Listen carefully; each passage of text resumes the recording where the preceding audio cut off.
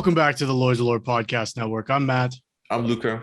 And I'm Will. And we are the Lords of Lore, the podcast for all things fantasy and sci-fi nerddom. And this is our Wheel of Time show. We review every new episode of the Wheel of Time. And this week, because it's the inaugural episode of this show, we're going to do all three of the first released episodes of the Wheel of Time. If you didn't know, we do a show every Tuesday here where we break down a niche fantasy or sci-fi topic, or sometimes we do other stuff. Anyways, let's just get straight into it. So I watched this today.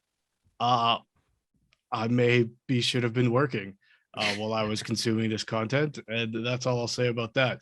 But when did you guys get a chance to watch it? How fresh is it for you? I watched it back to back. 3 hours. It started 3 hours ago. Wow. So 1, 2, like 1, 2, 3. I watched like episode 1 at like 2:30 in the morning. When I should have been doing other stuff, and then I watched like the other 2 episodes like pretty much 2 hours ago, or within the past 2 hours. Nice. So fairly fresh. Cool. And what did you guys know about the Wheel of Time before you went into it? I actually knew quite a bit about the stuff because like one of the first book YouTubers I watched, he's like a Wheel of Time head. So like he was started as like a Wheel of Time YouTuber. So I've heard a bunch about this series. I even bought the first book, never opened it. So like I know like classic Lucas. Yeah, for real. So like I knew like some characters' names and like I know the gist of what the like setup of the story is, but I don't know anything past that. Okay, what about you, Will? I've seen the cover many times, like in bookstores, but other than that, I had no idea like anything about it. Yeah, like it just looked like that like classic like 90s fantasy with like the like like the old versions of Game of Thrones where it's like a small book but like super thick and just like one like the author like names the in bold and stuff like the like international paperback versions. Yeah, like, like the New York thick. Times bestseller kind of thing. Yeah, so I've seen it many times just on bookshelves. It was just it's kind of like Dune. I just never got around to looking into it. Or what you, Matt? You knew anything?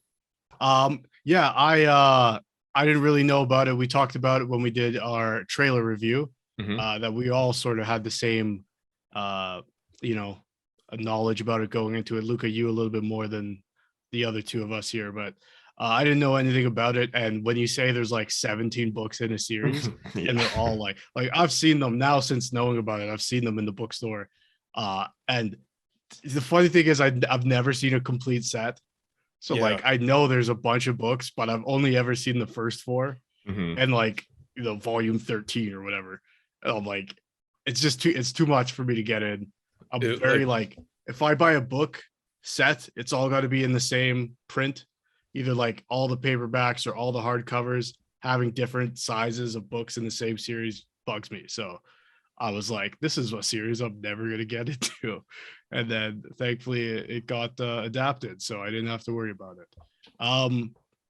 Yeah. So let's start to talk about this show here. So obviously there's going to be a subset of fans who maybe have read all 17 books.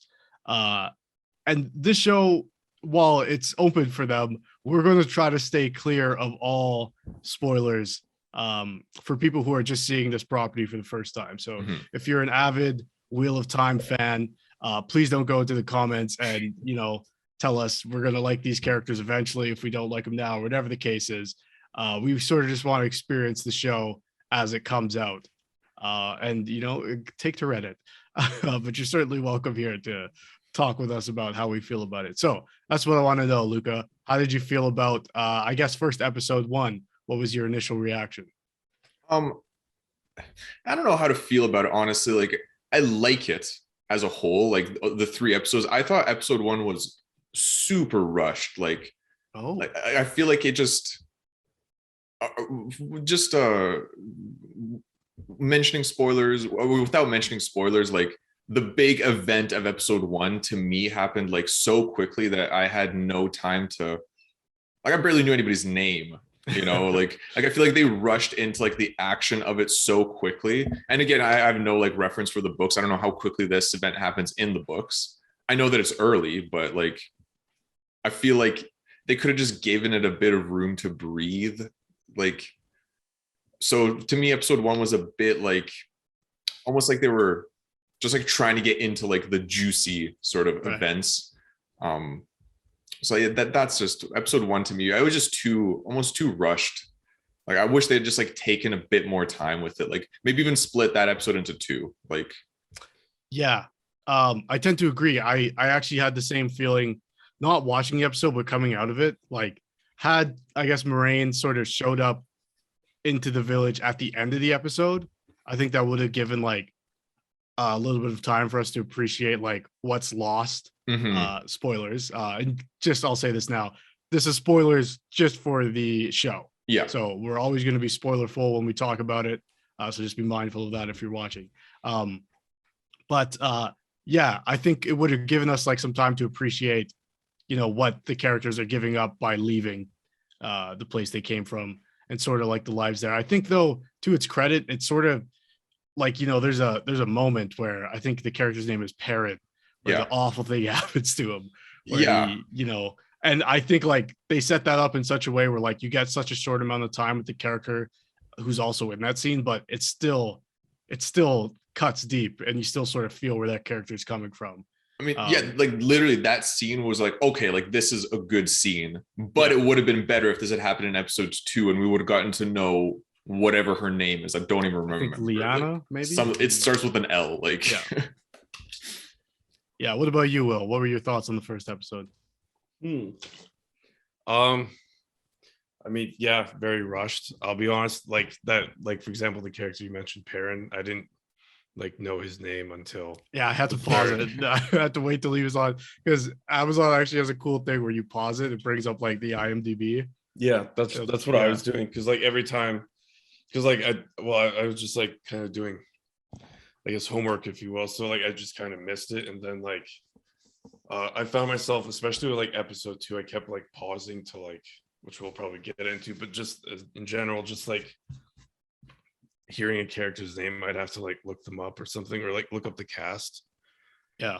So it was rushed, to be honest. I felt like definitely either could have used more time or they could have combined episodes 1 and 2 together. Is like, and I think maybe it's just because the way that the first episode was done, it was just a story that I've seen so many times. Like the whole time I was thinking like Star Wars with the farm when it gets like lit up by the stormtroopers. It's just like, yeah, like you said, like there's so much like loss, but there's not that much like time to like understand it, I guess. Like with Rand's father, I was like, I love the actor, I can't pronounce his name. Yeah, he's Tywin Lannister, isn't he? No, he's Roose Bolton. Yeah. Oh, right. Yeah, but he's always like in like a bunch of other stuff as well. I noticed him in like a lot of like Netflix shows and stuff, but like, yeah, like I love him as an actor, and it was just like this dude just pulls out a cool ass sword like out of the brick wall or whatever, and I was just like, what the fuck, like we could add a little bit more about that. Yeah, see, I thought I actually like that because I don't know, for unless maybe like a casual I think like because there's just a second where it like freezes on the, I guess, like the sigil or the engraving on the sword, and it's like, why'd they do that? Obviously that's going to be important at some point. So I was just like waiting for like Moraine to be like, oh, where'd you get that sword? That's a warder sword or something. But I guess we'll have to see. I think just in episode 1 to me felt like it was more so for like people who've read the books, like that kind of like fan base. Like it, I don't know, it just like the whole time, like there's often like shots and stuff from the camera on characters where it was kind of like, if you know, you know, but I had no idea about anything. So like, where's the wheel of time? Is it a clock? Yeah. Judging by our overlay, it probably is, but is it a wheel? Yeah. I sort of like the approach to the magic system though, which I guess we can dive into now. Obviously, like I thought it was really cool how they set up like how, only women have not access to this power, but I guess the right to wield it. And as we see in or at least like organized, it seems like. Yeah. Like it seems like more like widespread and accepted. Yeah, and we even see in that first scene like those women are hunting down that guy, and they sort of reference that he has a power he can't control, and that he's not supposed to have it. And we see that in like him thinking like he's basically going through like some sort of psychosis where he thinks like there's another person with him and there's not. That was a really cool scene to me. Mm-hmm. Yeah. But it also sort of spoke to like the Dark One's influence, I think, early on. And like this guy's like imagining things that aren't there. And then we get sort of like tidbits of like the Dark Ones coming into our dreams and stuff like that. So I thought that was maybe someone who was more afflicted by that type of thing. Or if just men in general, this is just what happens to them when they have access to the power. What do you guys think about the introduction and sort of where the magic system's at 3 episodes in? There was one scene like in that first episode where they like first showed Moraine like channeling, and the CGI like completely threw me out of it. Like I didn't love how they did it. A lot of the CGI was not the best, I found. I didn't hate, like it wasn't bad. It was good in a lot of scenes. Yeah. But I think like bad. The fireballs weren't great. I didn't love when she was throwing the stones like that. Really, like it looked very fake. Oh, really? Like to me, it did. Like okay, the thing with it was like I couldn't wrap my head around whether or not the Trollocs were a CGI effect or like a practical effect. I think it was like a blend of the two. Yeah. When they met, something was just not clicking in that first episode. Yeah. Especially I found like when they were like running, like moving fast. Yeah, all the tracking shots of them, they're all CGI and they're all bad. Like they're very, and it's like it's like the shaky camera is like it's like we're gonna shake the camera so much that you can't even tell this is bad CGI. Almost like it's like motion blur, which is like a pretty effective technique, but it just didn't really work here. Yeah, it threw me out of it a bit. But then like when you see Trollocs up close, they look pretty good. Like it looked pretty good. Yeah, terrifying. Super scary, like very scary. Or the 2-on-2 with their boy Perrin. That was they looked pretty good then, especially with I guess Rand and his dad. Mm-hmm. Rand's dad. Yeah, so like those up close scenes looked good. Like the magic, like the lightning looked good. And there was like moments where the magic looked good, and I don't mind the way the weave sort of looks, like the wisp magic. Yeah, when she's like channeling, I thought that looked pretty good too. Yeah, I think it's a bit like, and I don't mean this in a bad way. It's a bit of like keep it very simple. So it's just like this wispy white magic. That way, like as it progresses, maybe it looks different later on. But for right now, like it's a super easy. I say that not knowing anything about visual effects, but it seems to be like a more subtle visual effect. Whereas if they went like super big magic, it might be like obviously the budget skyrockets then, and then you get into like, wow, the CGI is really bad. Yeah. Whereas this is probably easier to pull off. It's just like smoke. Yeah. There's actually a moment when I was watching it last night or this morning, was like, I saw the fireball and I was like, yikes, like that looks not good. But then like when I saw like the wisp thingy, like the weaver, I was like, oh, that actually looks pretty cool. Like that's like exactly what I said to myself and maybe out loud. Yeah, I sort of like the way characters speak about the magic system as well is pretty cool. We talked about this when we spoke about Star Wars and Star Wars Visions. I always love when there's different interpretations of the same thing going on in universe. Mm-hmm. So I think they're called the wisdoms, calling it like the wind, and then the Aes Sedai calling it the true power, the one power. The one power, yeah. Yeah, and then she said all over the world people have different names for it, but it's all the same thing. Mm-hmm. Like pulling on, I guess, the wheel of time. I'm not sure, but that's what it seemed like to me. But also one thing that I found weird about the first episode is there was no intro cinematic. Yeah, there's no Yeah, they didn't have like the intro credits and stuff, but Yeah, I didn't mind that. I was okay with that. I didn't mind it, but it made me feel like, did they like rush to make this episode and then just not put it in? But I was like, there's no way they would do that. So I was like, it was intentional, but it was just like, after seeing it in the subsequent episodes, I was like, that was a weird choice. Yeah, yeah, yeah. I'll be honest. Like most of my, I guess my beef with the show is probably mostly just episode 2. You guys. Okay. I well, actually let's no get into it. The one thing I liked about episode 1, and I think just episode 1, like you said, like it was just super rushed because, like, for example, like there was that scene when, is it Ingwayne? Is that it? Egwene, yeah. Yeah, angling. Yeah, well, like when before she jumps into the river or is pushed, like they're kind of talking about, like, I guess how their group understands magic, and it was like together women are powerful, but then like, and then like they do that, I don't know, like a seance or like a chant spell thingy majiggy, like where it made all like the leaves fly around and stuff. Is that a thing? Yeah, I think that's again them pulling on what they call the wind. Yeah, and see, like I thought that was a really cool scene. It was just like, I was just like, I don't know, like what's going on. Like I like it was like episode 1 was kind of like that.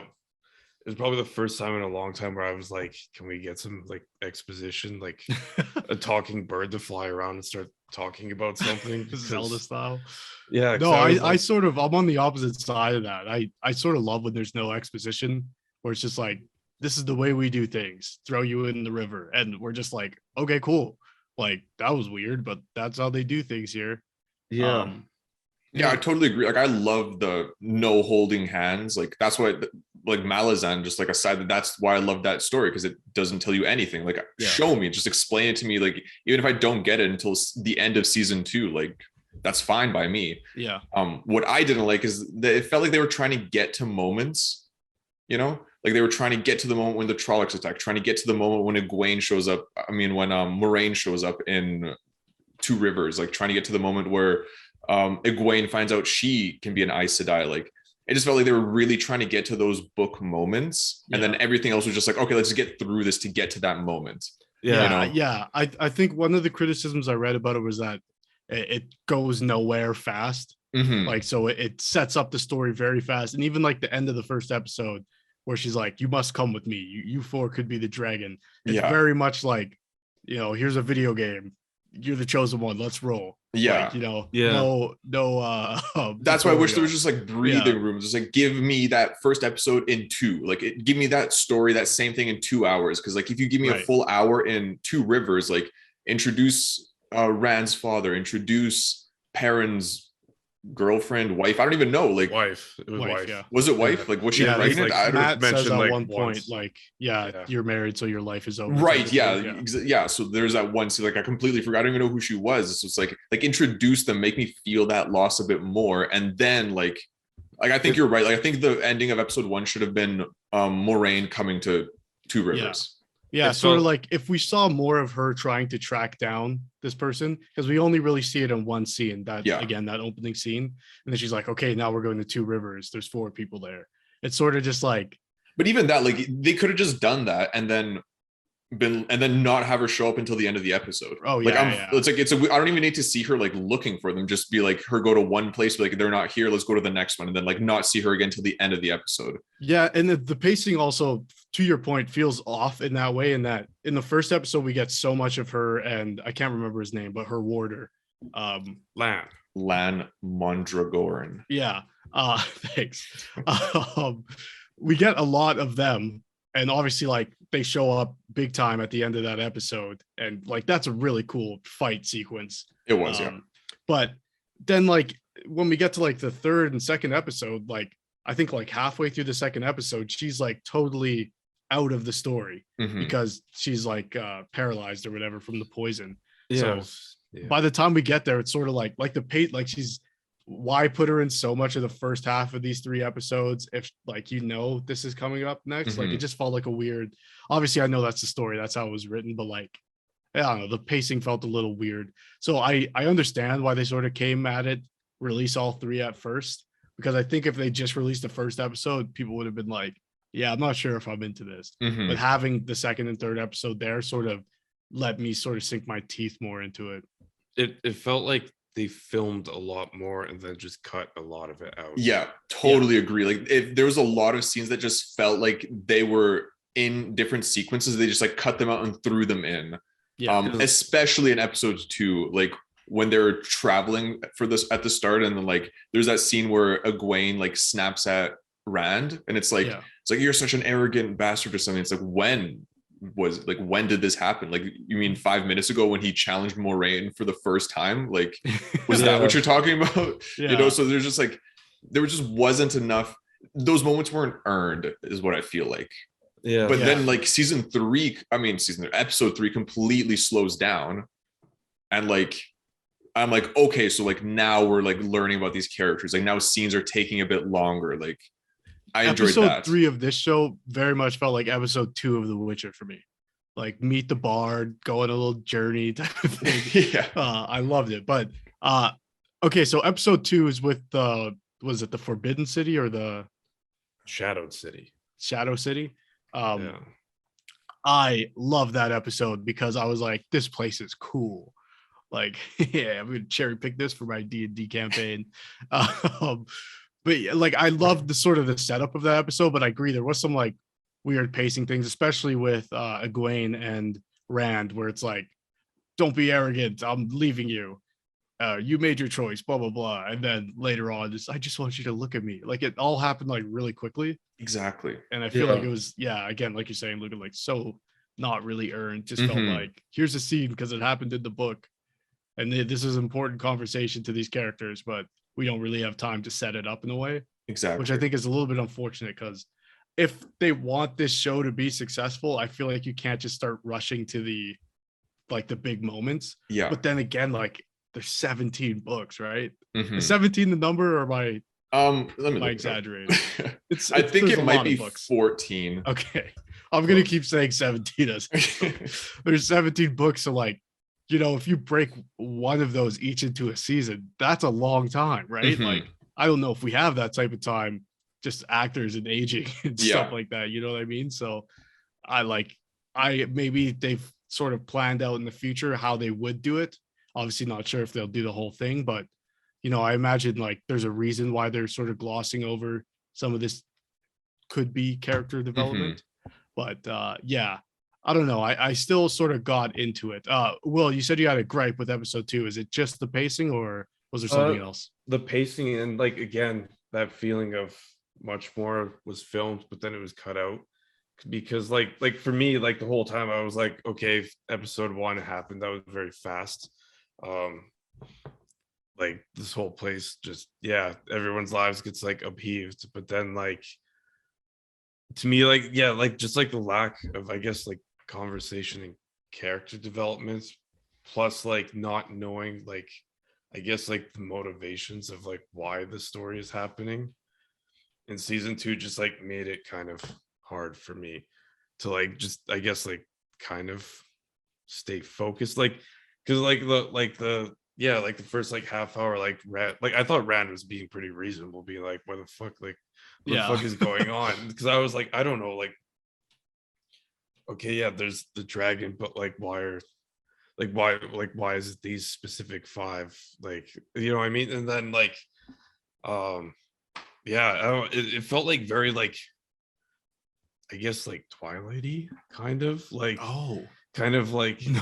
I don't know, just like almost like Riverdale, like all the character development turned into like young adult fantasy teen drama-ish for a while, because I was like, man, like what happened to the White Cloaks? Like that dude was like, this dude just like burns this lady alive, and like then it's just like, don't talk to me but also talk to me. And I was kind of like, man, like I found it very hard to be like interested in like the main party just because of the pacing. Like so you think there's like a tonal I guess like 2 different tones of the show are sort of butting heads, kind of, like it's again, it's just, I also, maybe it might have just been a nod to all of like the novel book fans, but it was just kind of like hard for me to be interested in the characters basically up until the Shadow City, because I was kind of like my pulse was going a bit.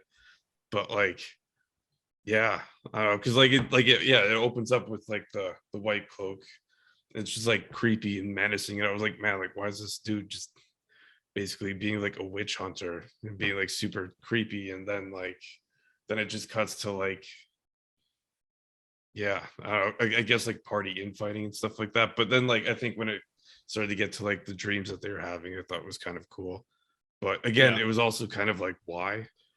Oh, okay. I gotta say, when we talk about CGI, the Dark One looks awful. Oh my God, I thank don't know you. if that's Oh intentional, Jesus, so but bad. it felt so like It looks like Trollocs. Darth Like I could Plagueis. understand why that's hard to animate. That's not like a humanoid. Like they're humanoid creatures, but they have the, I don't even know what you call that, but like They have the their goat legs. legs, and they have Yeah. like the horns and giant mouths, And and like some of there's them like move differently than others, and they're very Mhm. like haunched. So I understand why that'd be hard to animate. But just like a floating silhouette of a dude with red eyes Mhm. shouldn't look like it's out of Smallville. Yeah, Like, no, exactly. it That was jarringly bad. completely agree. Like that looked terrible, just terrible. As soon as I saw it, I made a note on my phone, and I was like, "The Dark One is tough. CGI, that is tough." Yeah, that's Yeah. bad. And another bad moment was when for me, when Matt in the Shadow City, he found that dagger. Mm. Like for some reason, the dagger, like the ruby on it, looked awful to me. Like it just did not Oh, look, I don't know why. I I felt the think same thing for the purple gem that Moraine gave to Egwene. okay. I don't know, maybe it's just me. Like often when I see those like gems, they just don't look right to me. I don't know if they like CGI'd it a bit. I don't know if it was a real like plastic thing that they like tried to make very like reflective of light, but it just, they both looked bad to me. Like especially Matt's dagger, it didn't have a weight to it. It just looked, that's just like a tiny gripe. Yeah, I think I actually did not with the that specific dagger, but with the other dagger and the sword. They make like a point to edit in sounds of Mhm. swords moving around and stuff, but it's a little bit too gratuitous that there's sort of a weight that they're trying to sell you, Mhm. but the actual weight of the object as they're acting with it doesn't portray the same weight. Yeah. So like when he's flipping the dagger around and he gives it back to Perrin because his wife made it, and like that was a really great scene. But Mhm. what leaving the scene, all I could think about was like, why did that dagger sound so weird? Like, why did they like they fucking boosted the vocals on the dagger? And I was like, I got it, man. It's fucking, it's a knife. Like, I don't know. Yeah. And it was weird. Yeah, I don't know. It was just, and like again, like I wish like they could have just explained, I guess, like the Dark One a little bit more. So I was like, is this just like a really bad dude, or is he like Satan, like this like evil, I guess like god creature thing, or is it just like, or is it like it's some psychotic wizard or something?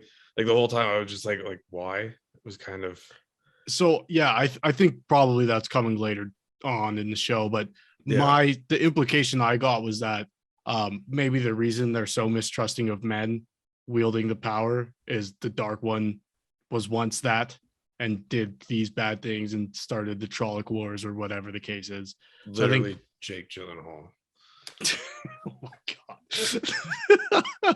god. Yeah, no, I think it was sort of like that might be the implication, and maybe their treatment of men is as a result of that, which I think is like actually like a pretty cool reflection of modern society, when you think of things like witch hunts and all the terrible things that have happened in real world society and how men have framed women for the actions of like individuals, or like not even individuals, just like random, you know uh scapegoating. Mhm. It was sort of like a twist on that, and you're like, hey, you know um yeah, yeah, I Which don't is know. like, which is Sorry, like go why ahead. I really hope they get more into like the white cloaks, because it was kind of like that like witch hunt, like, yeah, I don't know, it was like kind of like men aren't very good with magic, just I guess like morally in this setting, but it was kind of like weird. This like that's why I was interested like in this like I guess like these like witch hunter types was because like it was almost like a retaliation kind of. Yeah, definitely. It feels like That's how it felt to me. Kind of like it reminded me of a lot of like the Templars from Dragon Age. And yes, mages. yeah. That's what it felt like because it was kind of like, why do you have this like enchantress, powerful, noble woman in Moraine, but then you have like this group that seems to be kind of like also like widely accepted by everyone else in the world. Yeah, definitely like the central point of Dragon Age Inquisition, like mages versus Templars type. It definitely reminded me of that. But yeah, like you said, it felt like a retaliatory thing where it's like, when you have a group of people who's hoarding power, and then eventually, the people who are oppressed or maybe oppressed, they sort of like push back against that. So yeah, but I guess like my interest is just like how like that's happening, but also like this group is also like the white cloaks seem to be like super well organized and just like it just kind of seems like a normal part of I guess like the worlds in which Wheel of Time happens. So it was just kind of interesting to see that because I don't know, like it's kind of weird to see like both groups to be kind of held in both high enough regard right to like I guess respect the power that they have. Like just basically, yeah, I don't know. It was kind of weird because like you have like Moraine, who's like I said, this ultra powerful woman, and she's basically hiding from these dudes who seem to be like fantasy cops or something. Yeah, I want to see what their powers are that they'd be able to combat someone like Moraine, because that would be obviously like they'd like have to be pretty skilled. Yeah, if they could like silence like a magician's power or something, or like do they have some sort of like deity that allows them to do that or something? Which is interesting you bring up deities, right? Because the whole time people are talking about, blessings to the light, or light knows, like they it's very much like it's funny because it's very much like light versus dark, but literally like people worship the light, and then there's people who actually worship the dark. So we saw that, I think, in two characters. Obviously with I can't remember what her name was, but the bartender from the town, I also don't remember the name of. I'm not even sure if we got the name of the town. Maybe once. I just watched it and I don't know. Yeah, same. Like it's almost irrelevant. It's a creepy place with, abrasive people. And she sort of, she ends up, there's a reveal at the end of the episode where she ends up being a servant of the dark and is trying to kill Rand and Matt, because they might be the dragon. But her, and also, I don't know if you guys caught this, but the dude who comes into town in Two Rivers in the first episode, the merchant guy, merchant guy, and he's like smiling at the kids, like, oh, no sugar sticks for you. I was like, man, I love this guy. He's got such a great energy. And then when the Trollocs start attacking, he's just sort of like standing casual on the corner, and then just like, all right, it's time to go. Yeah. So I was like, after we had the reveal of her, it made me think of him and be like, oh, there's people who just do that. That's fucked. I didn't think of him as like a servant of the Dark One immediately, but like I remember seeing that scene, be like, oh, okay, that guy knows something. Like he's way too casual. And the fact that like there is people that like worship the dark. I mean, it's interesting what she said to them, that like the Dark One doesn't want to kill the dragon. He wants to find the dragon and break the wheel. Right. Which is like it reminded me of Dark Souls, like the relighting the fire type of thing. Where it felt like, and she says like the wheel keeps turning, so people keep getting reborn and dying.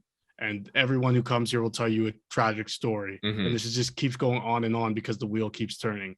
And the Dark One wants to put an end to it. But it's like, what does that look like? Like, does that just mean everyone dies outright? And, it sort of boils down to that. Good is versus it like evil. Reincarnate? Like, like, is there, my understanding is that there's reincarnation and stuff. I think it's mentioned in the first episode. Yeah. Rand's father says so. Yeah. They do like the whole ceremony to guide the souls back to be reincarnated type of thing. Yeah. So like, I'm just kind of curious to know more about it. And also like, just quickly jumping back to like the deities, like this worshiping the light, like I don't like the white cloaks seem to be like the main worshippers of light, and they just like actively are like burning people and stuff alive. So like that doesn't really seem like a very fun group. Yeah. Which I thought was kind of like weird because like they look like super like I guess like pure. Like they have like the whole like white ensemble and stuff like that. But it was also just like, yeah, this dude just like roasted some chick. It was kind of like, yeah, I don't know. It was kind of weird. Like I think I just want to know more so I could just understand, I guess, more like how like the world works in this series, in the setting. Yeah. World building. Yes, I would like some more world building, some more factions, some more like major cities. We haven't even seen like a major city or like heard of what a major faction, where it's located, what their motivations are, or anything like that. The White Cloaks definitely do not look like a cool group of dudes. Yeah, it was all men too, I think. I'm pretty sure it was. I don't think I saw any women in the Right. White Cloaks. That's true. Yeah. Literally. I'm also curious what they like, how they hunt Aes Sedai, because there's the scene where he was burning one, her hands had been cut off and her mouth was gagged. And then when we see how Moiraine casts magic, it's very physical. She doesn't say anything, but like her hand movements and like her body, like there's specific movements she needs all to make somatic to channel. Component spells. Yep. Yeah. So just like Doctor Strange stuff. So I'm like, and that guy who was like he wasn't an inquisitor. What was he, like the questioner? The questioner, yeah. Like why is he like? How would he be able to figure out? Like how are they able to like overpower someone like Moiraine? Yeah, I'm sure those answers will come. And I won't speak to anything of the men and magic because I know some things about the Dark One and like men and magic, so I will keep my mouth shut on that. But yeah, I've never heard of the White Cloaks, so I don't know. I know nothing about I don't even know what their motivations are. Just like combat the Aes Sedai. Like, pauldrons, though. They did, yeah. I appreciated those. Which is in Dragon Age with the Templars. That's true. Yeah, but like it also like jumping back to the White Cloaks is like that one, like the older one, the non-questioner. He seemed like, I guess, a reasonable. Yeah, he was pretty nice to them. Like once they answered his questions, like he was ready to let them go, and it was the questioner that stopped them. And like he was like curious to hear about like how like the like where the Trollocs were and stuff like that. Yeah, like, it's almost like there's like their organization, but then they're also based off this sort of like fanaticism. And the other guy with the silver shoulder pad, he's like a leading member of that fanatic sort of. I mean, he was like the most authoritative of them all. He was also the one sitting at the luxurious table eating the fully cooked bird. And man, that scene was gruesome. Yeah, that was gross. Even the way he's got the blood dripping out of his mouth, and he's like on the cup. Yeah, and he talks about like how the bird cuts the inside of your mouth, and that's like the pleasure. It's fucked. Yep. Yeah. Like I wonder maybe if there's just like kind of, I guess, more of like an army militant wing versus like the Inquisition, something like that. Yeah. I don't know. It just like there's so little screen time for them, and it just seemed like they were very, very important group. But I do appreciate that they sort of hinted at factions within the two different groups we've met. Like within the White Cloaks, there was the golden shoulder guys and the silver shoulder questioners, and like they went their separate ways. There was a scene where the questioner said he's going south. I'm going south. Yeah, and they were like, oh, but they said the Trollocs were whatever east or west. Right, and he was like, we got our own thing. Man. Yeah, he's like, we don't fight, like we have our own like goals. So like that was an interesting. And then with the Aes Sedai, like the very end of episode 3, where you have Moiraine when they like find the other Aes Sedai, and the other Aes Sedai are all in red pretty much. Yes, yeah. My sort of guess was that on the other side, it's like Moiraine might be the fanatic in that she sort of thinks that there's a different way to look at this prophecy, whereas the red dressed Aes Sedai, they might think that the answer is just killing all of these would-be dragons to avoid any. And I think Moiraine might be on the other side of that, or have some ulterior motives, I guess. Yeah, because like I thought like in episode 1, I thought the dragon was implied to be like a bad person, or like whoever is going to be this reincarnation of the dragon. Like it just, I mean, even the word dragon sounds kind of spooky. So I thought they were going to be like, yeah, like I mean, they did say that the previous dragon broke the world. Right. Yeah. Yeah. So yeah, I think it it's was like this. I was expecting like this antichrist type person. I think that like I might be remembering this wrong, but I think like the dragon has like a choice type of thing, in that they might be swung towards like the dark one or into the light, and it's a matter of like getting them to go the right way, which is like I don't know where that sort of came into my mind, but when you see that scene with Perrin and he, you know, possibly could be the dragon, when he goes into his rage and then, you know, unfortunately like swings back and kills his wife because he thinks it's a Trolloc. Like I was like, oh, that to me shows someone who can shift into like that dark. So like he might be the one. Yeah. Well, they mentioned, or Moraine mentions, it could be the dragon could be she or him. So right. Yeah, they don't know who was reincarnated. Yeah. I wonder, because it seems like a lot of like, I guess gender is definitely like a focus of the series, right? Or like a basis. So I wondered like maybe the evil dragon is like usually dudes. Yeah. Like your Jake Gyllenhaals, and then like the good ones would be like your Taylor Swift. Lucas lost. We lost. I don't know why you're hating on Jake Gyllenhaal so much. He seems like a good dude. Hey, listen, Lucas thoughts are his own. This podcast does not deal with Taylor Swift and Jake Gyllenhaal. Anyway, I don't know why they're related at all. Just don't even. I won't. I'll stop talking. I did also like we were sort of critical early on that like the world, like it didn't have enough time to set it up. But the more I sort of think about it, like there were so many parts, and I think to your point, Will, like I just wanted more of all the little teases they sort of gave. So there's like the story where they start singing on the horses. And it's like a sick song. I was like, man, that's beautiful. And then she's like, oh, do you know what that song means? And he's like, no, don't really care. And she tells him like the whole story. It's like a beautiful story. I think the Queen Eldrine, who's also a channeler, it releases, she says like a flaming hurricane across the land, but it burns her from the inside out. Luca reminded me of Rage of Dragons, like pulling in power. And what that can do to someone. So that was really cool. I loved all the sort of like, or like even the stuff with the Shadow City or the Forbidden City, whatever it's called. Shadar Logoth. Cool. And they always do this thing where it's like, oh, you're from Two Rivers that used to be called this, which actually used to be called this. And I think, again, speaking more to like the wheel of time, like things have been going in such a way for a very long time. And there was a part in the first episode where they're just showing like this landscape. And it's like these tall, it looks like skyscrapers. Mountains. But then as I look closer, I was like, holy crap, like this looks like Horizon Zero Dawn. These look like skyscrapers. Because one of them was like super reflective. And I or what is that? Or it looked like they had floors. Like it looked literally like rundown buildings. Right.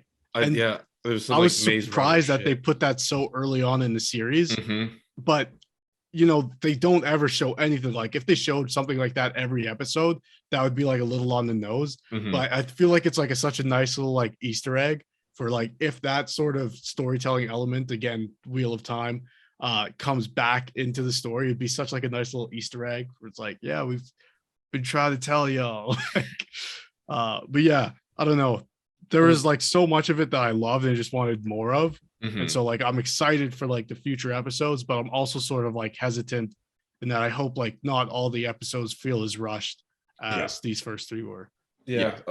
Like the Shadow City, like to me it seemed, because like up until then it seemed like most of the series was like looks like very like medieval ish, but like the city seemed a little bit more like later in time. Like I would have compared it to somewhere like in like 1700s Europe as opposed to like medieval.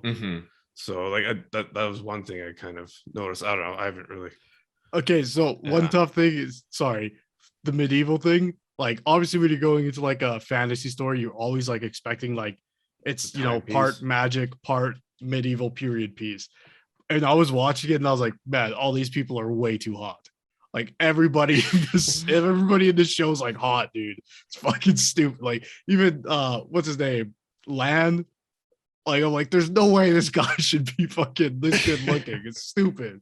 Yeah, I like when I looked up some of the characters just like on the wiki, like I noticed actually like a lot of them like had like I guess a lot of like desirable physical attributes. Like every male character that I looked up, like Rand and Lan and Bam and all of them was like they all said they were like 6'8" or like 300 pounds, like pure muscle. And like Rand is described to have like long hair and like yeah, which I was kind of like, what, like the fuck?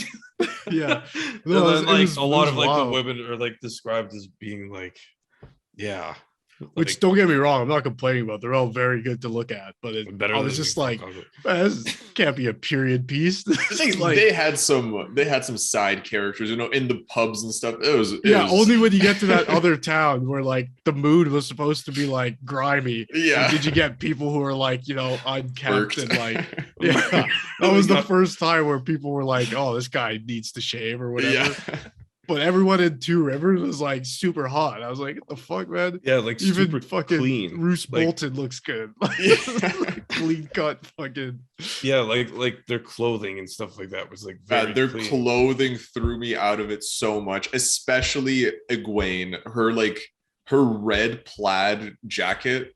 I don't know if like whoever was wearing that red plaid, every time I saw it, I was like, imagine you have to just go to H&M and like. Okay, no, it's Rand's jacket for me, which literally looks like fucking like something you could pull up at Zara. 100%, it does, but like that at least it's like, okay, that's like 3 pieces of leather like stitched together with some fur. But like the plaid, the black on red plaid, please just at least dirty it up a bit. Like yeah, everything felt like a little bit too clean. But then I was also like, maybe this is the universe as told in the books. Like, it's funny, everybody looked clean except for Matt. Yeah, like he's like the most morally questionable one too. Yeah, he felt like he most like was the least suited to be in this period piece. Yeah, but he looked like he belonged there. Like Rand was sleeping outside throwing up bats and he was like perfectly clean. Yeah, he sits up and he's still hot. Like, his hair is like perfect. Yeah, like, all he's like clean shaved every day, like no stubble. Yeah, and then Matt just looks like this greasy dude. Just like yeah, I think it sort of speaks to his character too, though. And even when we get like a look into like his house, like his parents are like not good, like together, and like he's sort of playing parent to his younger sisters. So like, and he's got a gambling problem and he's a klepto, and like all these things point towards like him being like a sleazy guy.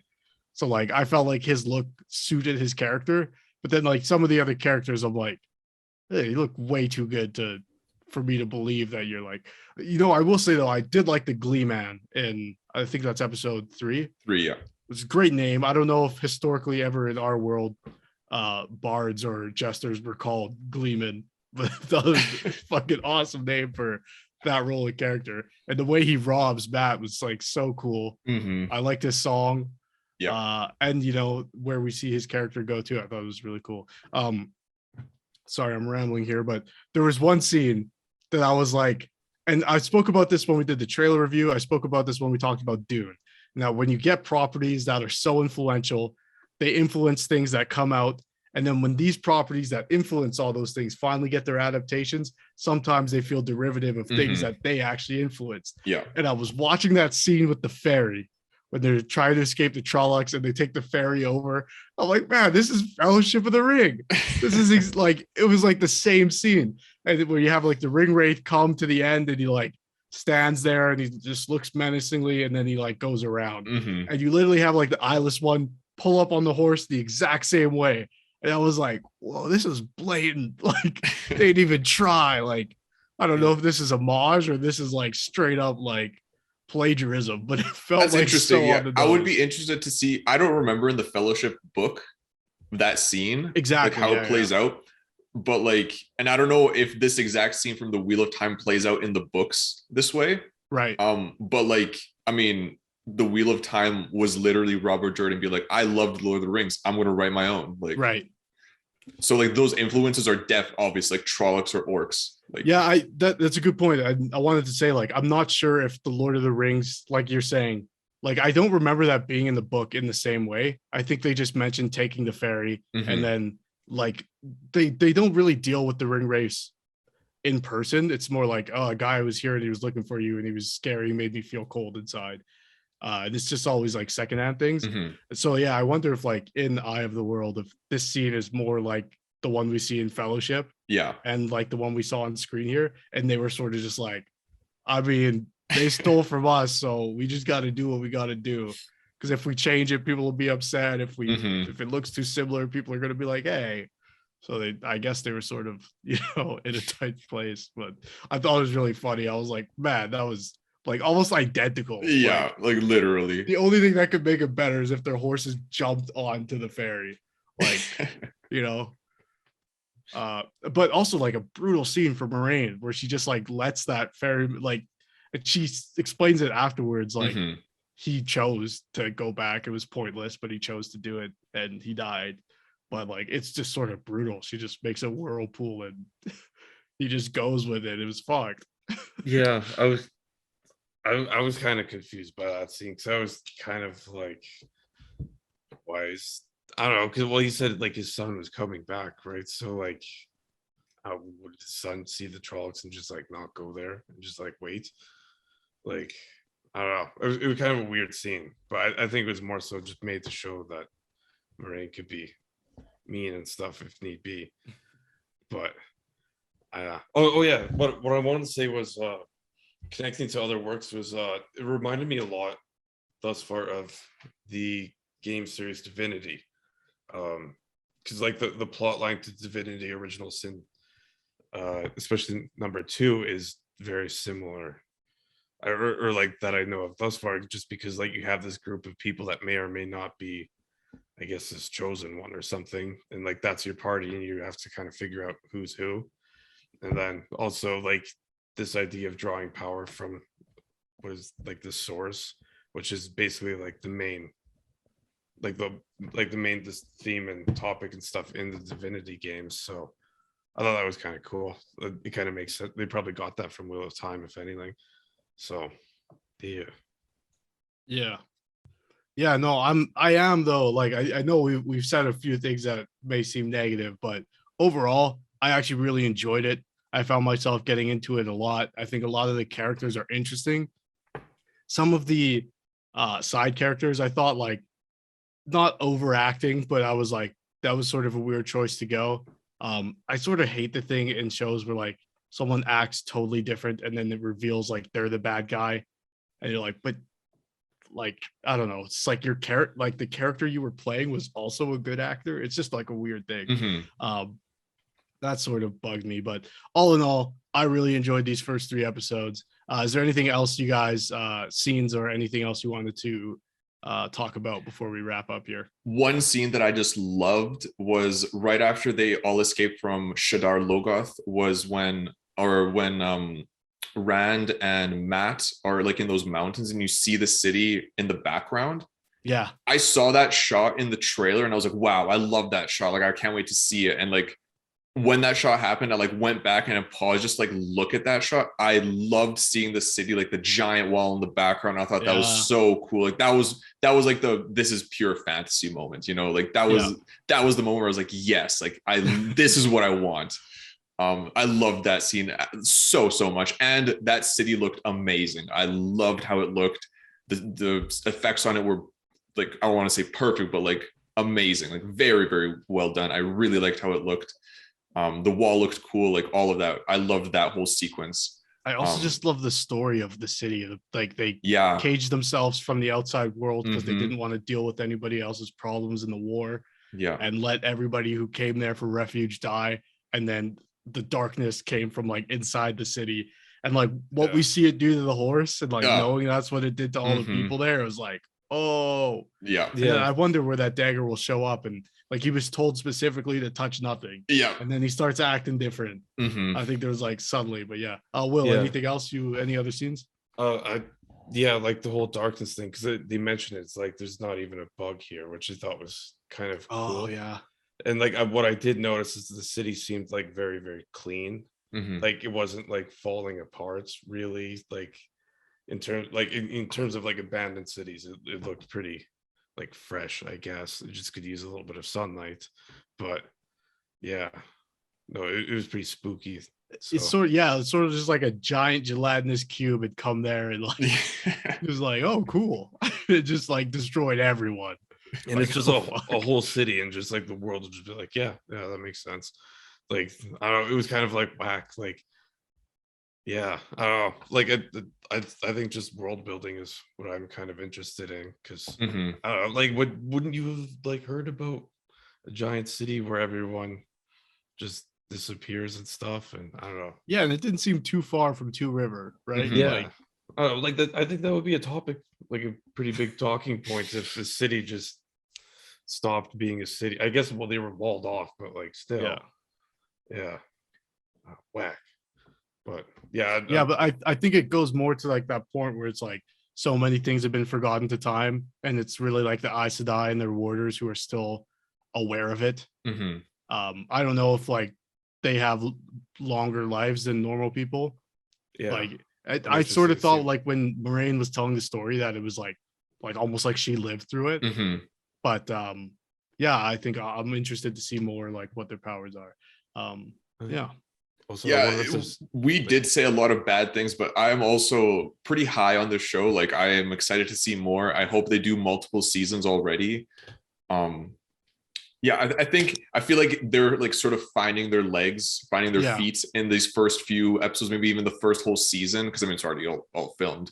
And then I think we can expect better like going forward. But I think that the people making it are actual fans of the book. yeah, There were that's like what it felt moments. like. There were That's- moments that like felt, you know, like they would have been like a pretty like the Gom Jabbar scene. yeah, That's yeah. what it felt like a lot. But so I was kind of like, the fuck is going on? Because So I think it could be like some kind of like balance between like Amazon executives versus the creators. Like there could be some behind the scenes issues that like sort of they like put their hands into the editing process, like those money hungry executives. I'm not sure too Skip if this scene. all like I thought I noticed like the directors changed per episode. I think they did, yeah. Yeah. So that's sort of tough too. Like I know Game of Thrones does that as well, Mhm. but I'm not sure who the showrunner is. I know there is the something twins or brothers that are writing the show, like Yeah. adapting it for television. Mhm. And so they'd probably be like the showrunners on this. But you know, anytime you change directors, like as we've highlighted with Star Wars, like sometimes you run into like tonal or spacing issues, which should be handled by the showrunners. But to your point, Luke, I think yeah, they might just be like finding their feet a little bit. But as you say, I'm on the same page as you. I'm like so into it. I hope that they keep going with the show as well after the first season, because like to Will's point, I like living in the fantasy world. I Yeah. like being immersed. And so as we start to, you know, progress throughout the show, all that world building and all that sort of flavor text that comes through, I'm more excited to be like enriched with it. Yeah. Now that's why I'm so curious for the next few episodes, because like it felt like they were trying to like separate them. And like now that separations happens, like we can live with the characters like more in detail. And then when they come back together, we'll have like more of a unified sort of cast. I mean, I don't know when they come back together. I'm sure they do at some point.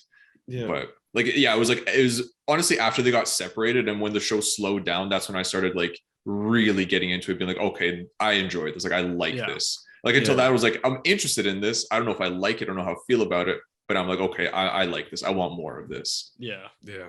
Well, I mean, it was kind of nice having them split up, because then those characters are put under a microscope. Exactly. And also like the characters that were split up, aside from Lan and Moraine, it was kind of like I wasn't expecting those ones to be together. Right. Yeah. I was assuming Rand and Egwene would have been together, because they seem like, which I'm really glad they like, obviously that's not how he wrote it, so that's not what happened, but like I'm glad that wasn't the choice, because that would have felt like, plus like what we were saying earlier with like their thing sort of felt forced and like sped up. I really liked like the choice of Matt and Rand to go together and then have like a sort of falling out. Mhm. Yeah, because like they seem like they wouldn't get along. Because like Rand kind of seems like I guess just like the good boy, whereas Mhm. Matt's really not. But also just different circumstances as well. But yeah, apparently the showrunner, his name is Rafe Judkins, Huh. and massive book fan. I guess the book series was a pretty big thing in his family. So Cool. come on, Hope Rafe, we can expect do a good good things. job. One last thing before we wrap up. Do you guys know who the Dragon Reborn is or have any theories? Oh, good question. I think so, yeah. So I But definitely the don't. show could go anywhere, right?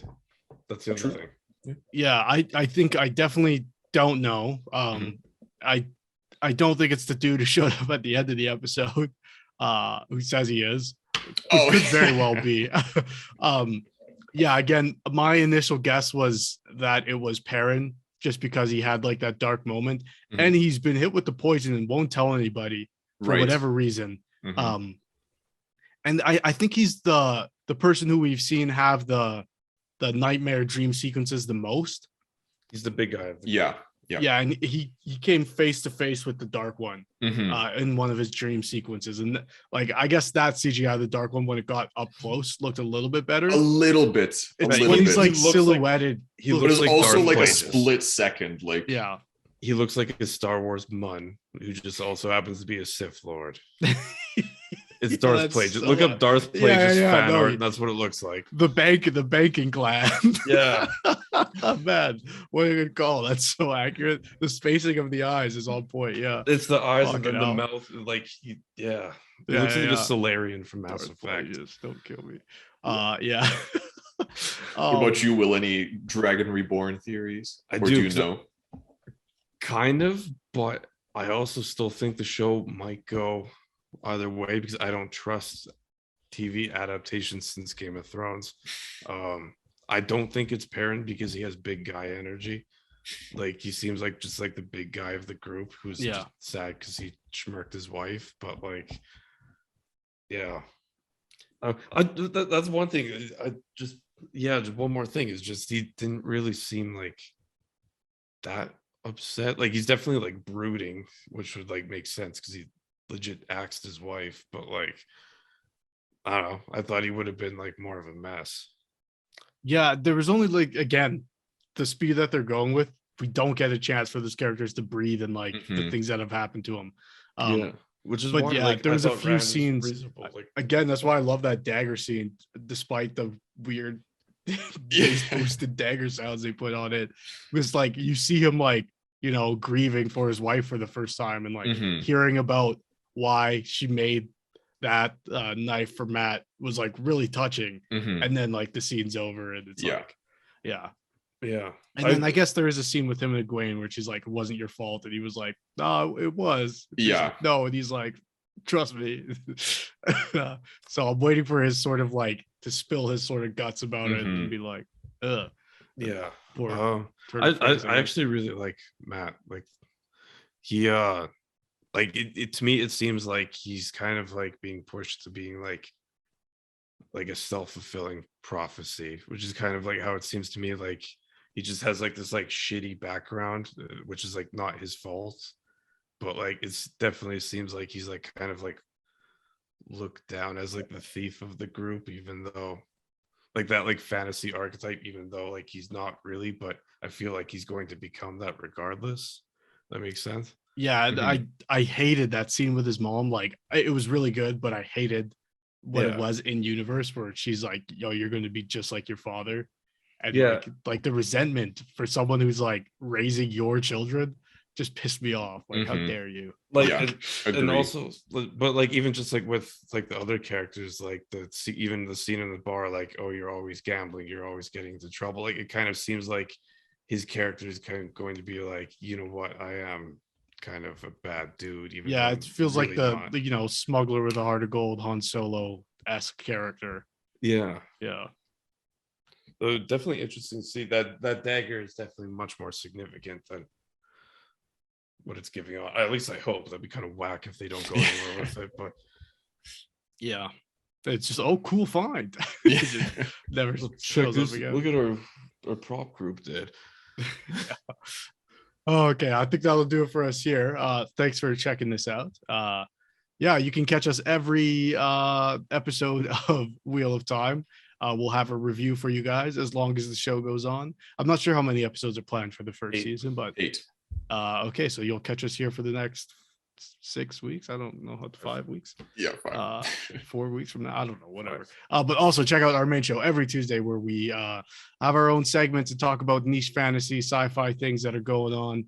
And you can catch a bunch of other content here, including Dungeons and Dragons, and soon in December, reviews for the Boba Fett show, the Book of Boba Fett. So look out for that.